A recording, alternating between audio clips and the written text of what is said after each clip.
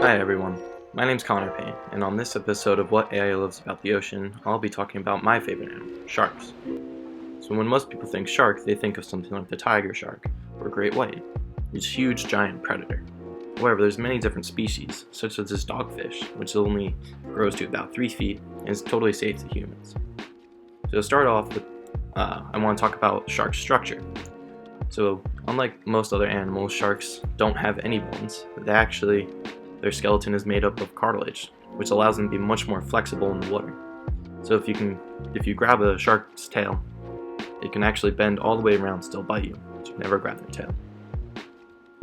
And all sharks breathe using their gills, in which the water flows over their gills and their blood goes the other way, so they get as much oxygen as possible from the water. And they either do this by being a ram ventilator, such as this great white shark, which means they have to constantly keep swimming to allow water to pass over their gills, or like this nurse shark, which is a buccal pumper, meaning it has little holes on the back of its head called spiracles that suck in water and push them over their gills. Next, I want to talk about their sensory systems, which makes the sharks so unique. I'm going to start off with their vision, which is not very important for capturing prey, since the light doesn't travel very far in the water.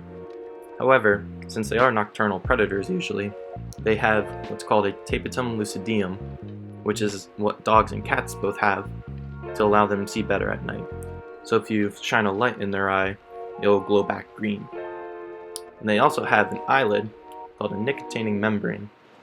When a shark is about to attack a prey, such as a great white about to bite a seal, this membrane goes over their eyes, and essentially they start swimming blind.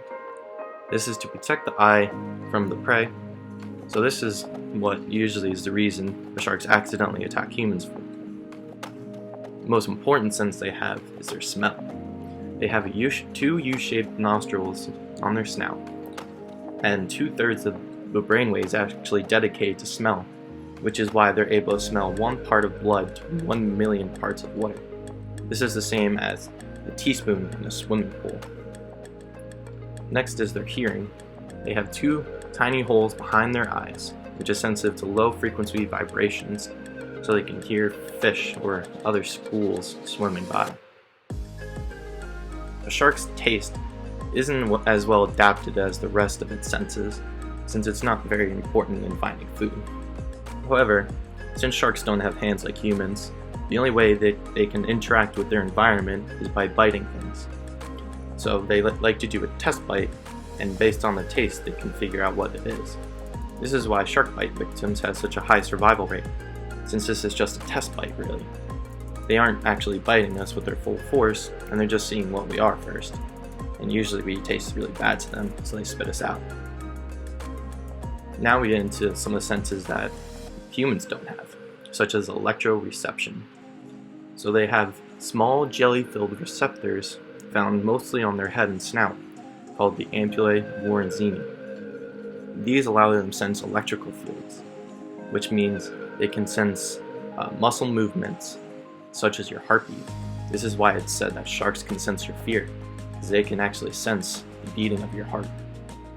And such as this hammerhead here, it has this iconic shape to increase the surface area to have more of these receptors, since they like to find their prey in the sand. Next, I'm going to talk about their lateral line. This allows them to sense pressure changes in the water around them. So it has a whole line of pores running along either side of the shark, from head to caudal fin. These detect minute differences in water pressure, and this allows them to school. Next, I want to talk about their skin and touch. So the skin of sharks is very unique. They're called dermal denticles. And this is because their teeth develop from their scales, as seen here. The teeth and the scales are both very sharp. So when you pet a shark from head to tail, it's basically very, very smooth feeling. However, if you go the wrong direction from tail to head, it's essentially like sandpaper. You can actually cut your hand. And their skin is so strong that some Kevlar vests are designed after their skin. What's really unique about sharks is that they actually can reproduce in all three forms possible in the animal kingdom. These three forms are eggs, as seen here with the little egg cases, live birth, like with tiger sharks, or eggs hatched inside the body and then live birth, such as a great white shark. However, my favorite part of the shark and part of my research is looking at their immune system. So there's three lines of defense every person has. You have the physical barrier, such as your hair, skin, and mucus, and then you have your first line of defense after that, called the innate immune system. Basically, when then any bacteria gets in you, this is your white blood cells coming to the rescue. However, the most important part is called the adaptive immune system, and this is your antibodies.